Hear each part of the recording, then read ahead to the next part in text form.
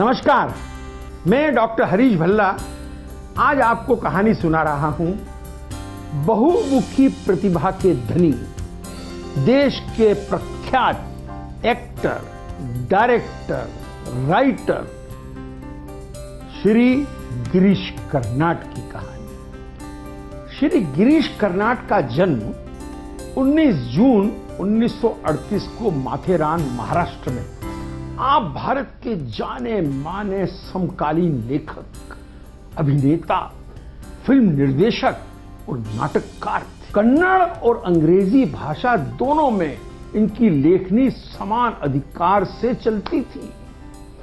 98 में ज्ञानपीठ सहित पद्मश्री और पद्म भूषण जैसे कई प्रतिष्ठित पुरस्कारों के विजेता कर्नाड द्वारा रचित तुगलक, हैवदन, तलेदंड, रक्त कल्याण, नागमंडल व ययाति जैसे नाटक अत्यंत लोकप्रिय हुए और भारत की अनेक भाषाओं में इनका अनुवाद और मंचन हुआ।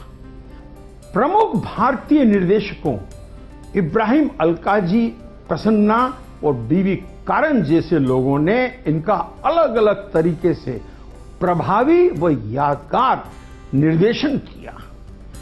एक कोंकणी भाषी परिवार में जन्मे कर्नाड ने 1958 में धारवाड़ स्थित कर्नाटक विश्वविद्यालय से स्नातक उपाधि ली। उसके पश्चात वे रोड्स स्कॉलर के रूप में इंग्लैंड चले गए, जहां उन्होंने ऑक्सफोर्ड के लिंकॉन तथा मुगडेलन महाविद्यालयों से दर्शन शास्त्र, राजनीति शास्त्र और अर्थशास्त्र में ग्रेजुएशन किया, उपाधि प्राप्त की। वे शिकागो विश्वविद्यालय के फुल ब्राइट यूनिवर्सिटी में विजिटिंग प्रोफेसर भी रहे। कर्नाड को प्रसिद्धि एक नाटककार के रूप में ज्यादा मिली। एक खास बात यह है कि उन्होंने लिखने के लिए ना तो अंग्रेजी को चुना, जिस भाषा में उन्होंने एक समय विश्व प्रसिद्ध होने के अरमान सजाए हुए थे, और ना ही अपनी मातृभाषा कोंकणी को। जिस समय उन्होंने कन्नड़ में लिखना शुरू किया, उस समय कन्नड़ लेखकों पर पश्चिमी साहित्यिक पुनर्जागरण का गहरा प्रभाव था।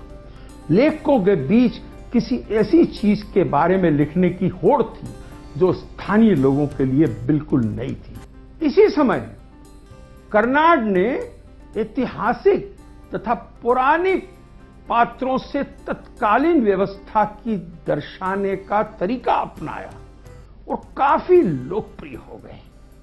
उनके नाटक ययाति तथा तुगलक ऐसे ही नाटकों का प्रतिनिधित्व करते हैं। तुगलक से कर्नाड को बहुत प्रसिद्धि मिली। इसी प्रकार तलेदंड भी काफी लोकप्रिय हुआ।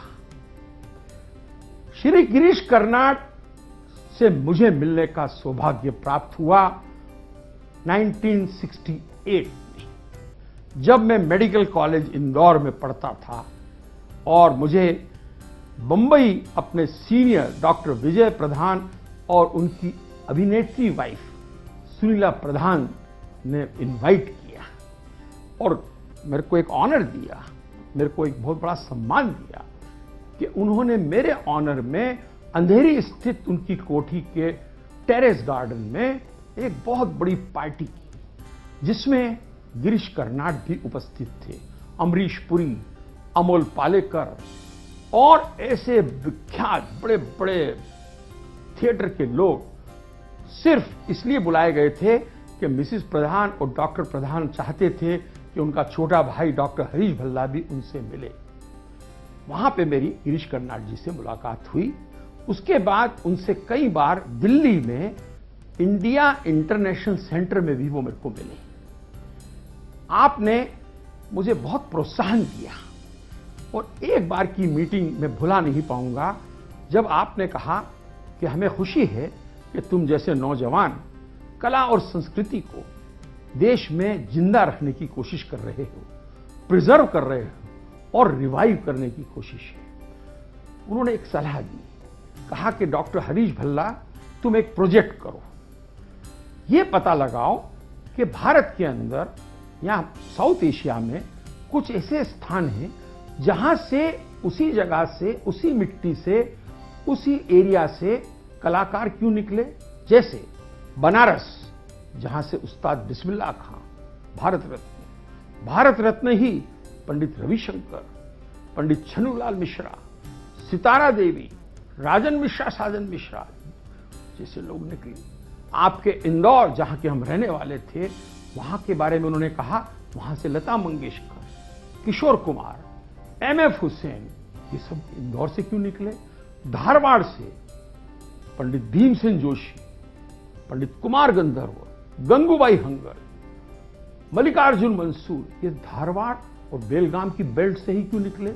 इसी प्रकार पेशावर से दिलीप कुमार, पृथ्वीराज कपूर, राज कपूर, प्रेमनाथ, ये सब उसी गांव से क्यों निकले। कुछ ना कुछ तो बात होगी, इस पे रिसर्च होनी चाहिए। यहां तो वहां की आब हवा में, या वहां की मिट्टी में, या वहां के पानी में, इसी क्या खास बात है। ये प्रोजेक्ट मैं कर तो नहीं पाया हूं अब तक, पर मेरी बड़ी इच्छा है कि गिरीश कर्नाड का ये मेरे को सजेशन और मेरे को ये सलाह, एक दिन मेरा सपना पूरा हो और मैं इसको करने की कोशिश कर रहा हूं।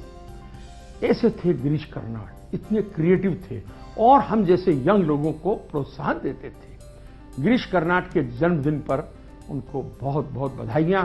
और गिरीश जी, आप जहां भी हों, आपको आपके प्रशंसक कभी भूल नहीं पाएंगे। डॉक्टर भल्ला का नमस्कार।